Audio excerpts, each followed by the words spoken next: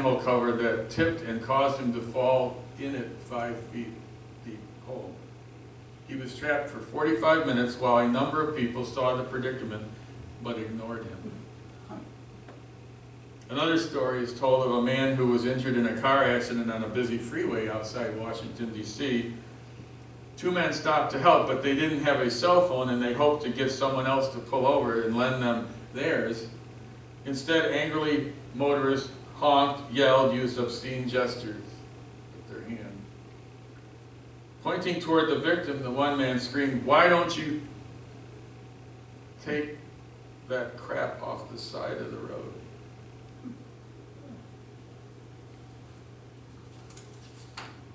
Now, why would people behave like that? Why would they not love their neighbor as themselves? Well, as I thought about this, I came across at least 3 reasons why this would happen. First, they don't think of people like these as being their neighbor. The guy lying on the sidewalk doesn't live next door to me. He doesn't even live on the same block. He doesn't go to my church. He doesn't belong to my club or social circle. I just don't know this guy. How did he end up being my neighbor? The story of the Good Samaritan, neither the priest nor the Levite know who this man is, but then neither did the Samaritan.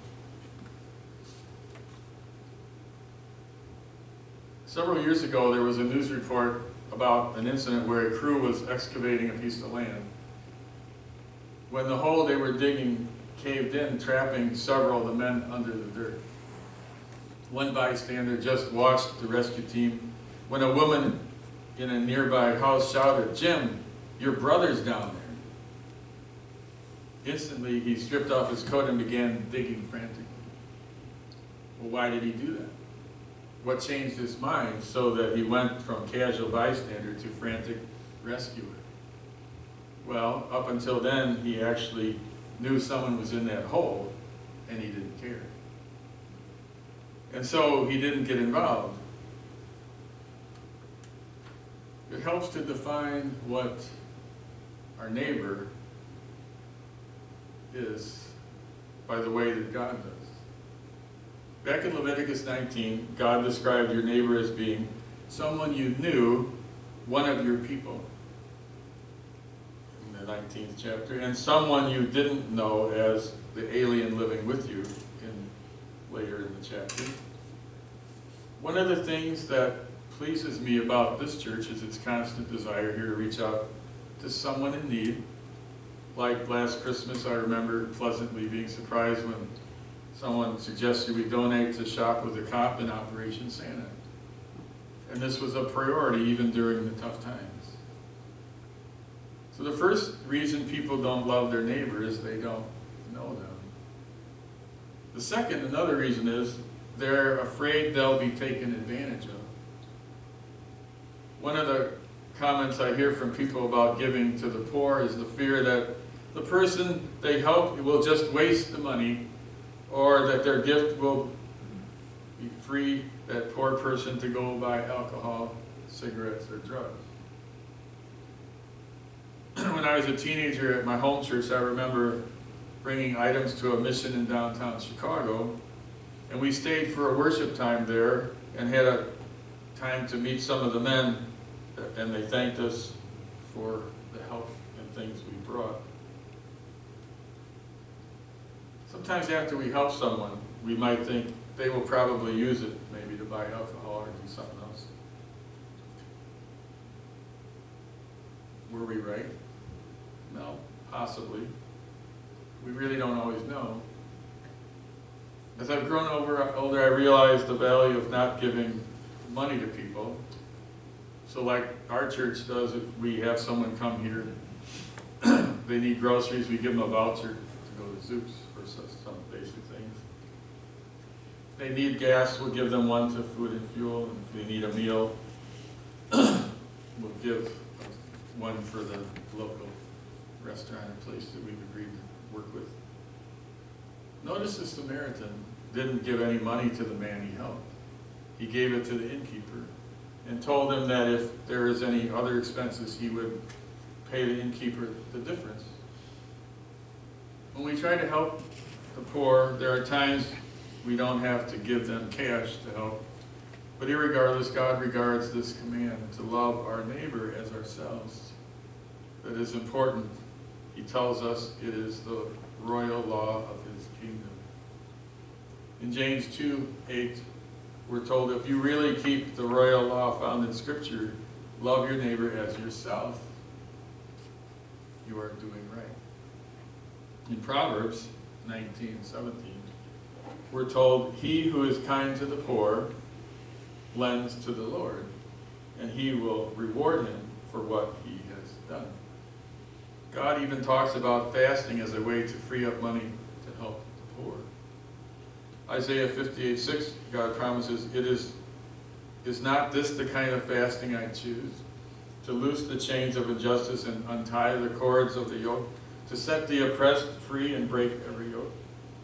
Is it not to share your food with the hungry and to provide the poor wanderer with shelter? When you see the naked, to clothe them, and do not turn away from your own flesh and blood?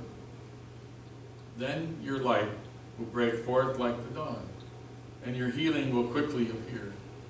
Then your righteousness will go before you, and the glory of the Lord will be your rear guard. So take this loving our neighbor seriously, as God does. He takes it so serious that when we do it, he wants to reward us. So first, people don't love their neighbor because they don't see them as neighbors.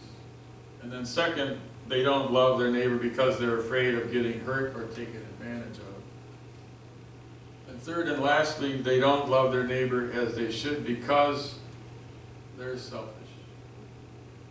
I often hear someone quote a passage where it says, love your neighbor as you love yourself, and they'll say, well, you have to love yourself first. Oh, is that the problem? Have you ever heard someone say that?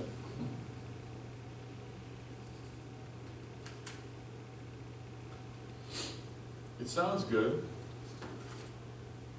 in a world consumed with loving themselves, but it's not quite true. Jesus didn't say love yourself so that you can love others. He said love your neighbors as yourself. Love them in the same way that you love yourself. The Bible assumes you love yourself. In fact, Ephesians, husbands are told love their wives as their own bodies. He who loves his wife loves himself. After all, no one ever hates his own body, but he feeds and cares for it, as Jesus Christ does the church. So the Bible says that you love yourself. And it's easily proved. So let's say you walk into a room filled with people, and there on the wall is a huge mirror. You look into that mirror and you see all those people in the room. Whose face do you look at first? Your own. Or you find a family, like a group photo in a desk drawer or something, and it's a picture of you with your aunts and uncles or brothers or sisters. Whose face is the first one you seek out? Your own. You love yourself. Now, you may not be real happy with yourself at the moment always. You may be disappointed with something you've done or said, or by something you've not done or said. But the point of the matter is, you love yourself. But aren't there people who don't love themselves? You might ask. Yes, there might be, and no. There are people who are depressed, of course, and have a poor self-image. But the problem isn't that they don't love themselves. The problem is that they've got their priorities out of whack. They have a poor self-image because they are maybe self-centered. If a person wants to heal their poor self-image, then the Bible has a foolproof way to deal with that. It's like a doctor's prescription, you could say, that will I will guarantee you that if they do it the way God prescribes, they will begin to love themselves again. Prescription: love your neighbor. Back in 1985, Bernard Grimland, the director of the Institute for Child Behavior Research, did some research on happiness. And among other things, he found that the happiest people are those who help others. I once heard the true story of a woman who was suffering from bouts of depression, and she went to her preacher to look for some help. He counseled her for a while and then gave her an assignment. He listed various people in the church who needed visiting and asked her to go visit them. Then he set an appointment for the next week.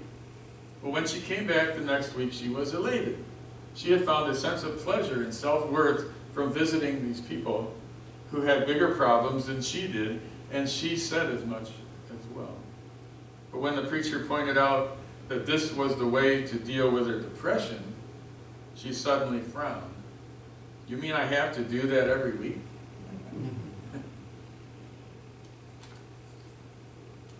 Earlier in the sermon, I told you the story about Carolyn Cooley, who had seen a vagrant on the church lawn.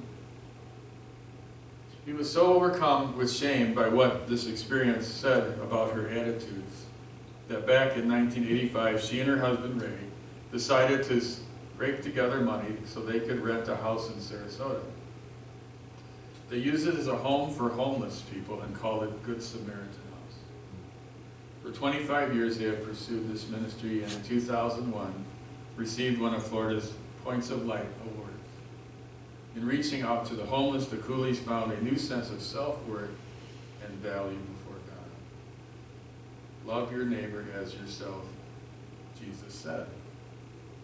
If you obey this command, you please God enormously. But there is one more thought I want to leave you with this morning. Something I never thought about before I was preparing this sermon.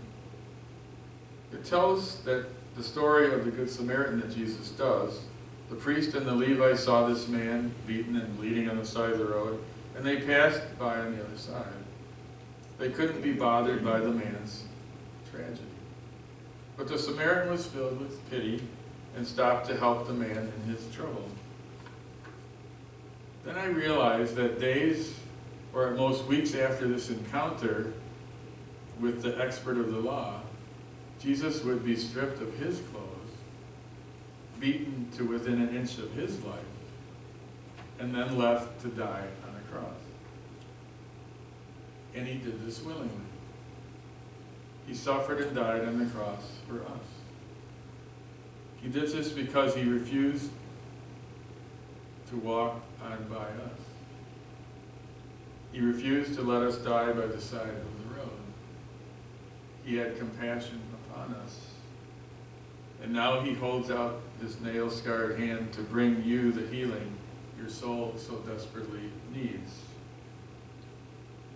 Jesus was truly our neighbor and much more. We need to be a good neighbor too. Amen.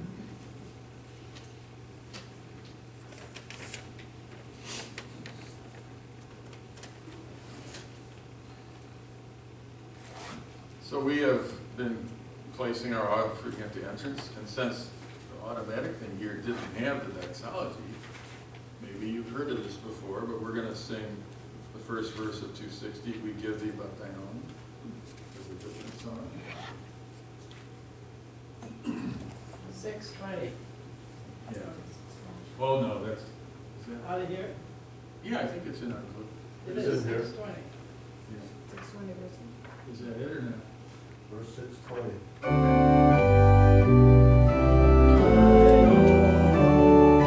intro.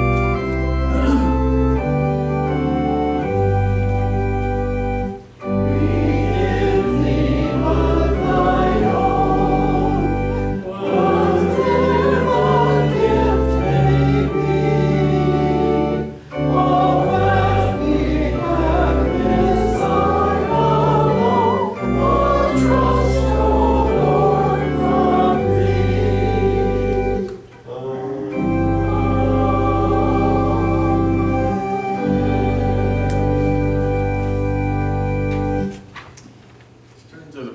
dedication in the bulletin. Let us pray. We give these gifts as a sign of the safety, salvation, and security we know in you. Save and secure us, O God. Make us safe again. Move us out of the realm that loves to be divided between victims and victimizers, exploiters and those who let themselves be exploited. Remind us that we live in a whole world, not a divided world. This world is your world. Let us live there. Let us back up and move out of the divided world and live with you in a safe place. And let these gifts be a security deposit on that great time that is coming to all people. Amen. And for Father's Day, I thought I'd put a litany in. When I say a phrase, then I'm going to ask you to repeat it. Okay? Oh God, bless the fathers. Make them strong. Make them strong. Make them strong. Make them gentle. Make them gentle. Give them courage. Give them courage. Fill them with love. Fill them with love. Oh God, bless the fathers. Oh God, bless the fathers. Flood them with joy. Flood them with joy. Give them patience. Give them patience. O loving God, O loving God, bless the fathers. bless the fathers. And bless us all. And bless us all. Is there any other new prayer concerns you have today? Sarah's hand. That's good. It's just healing and getting it moving. Yes. Yeah, I wanted to mention that Renee Holloway had her second knee surgery this past during the week. Oh, It was on the 15th. And I texted her just to see how she was doing, and she's done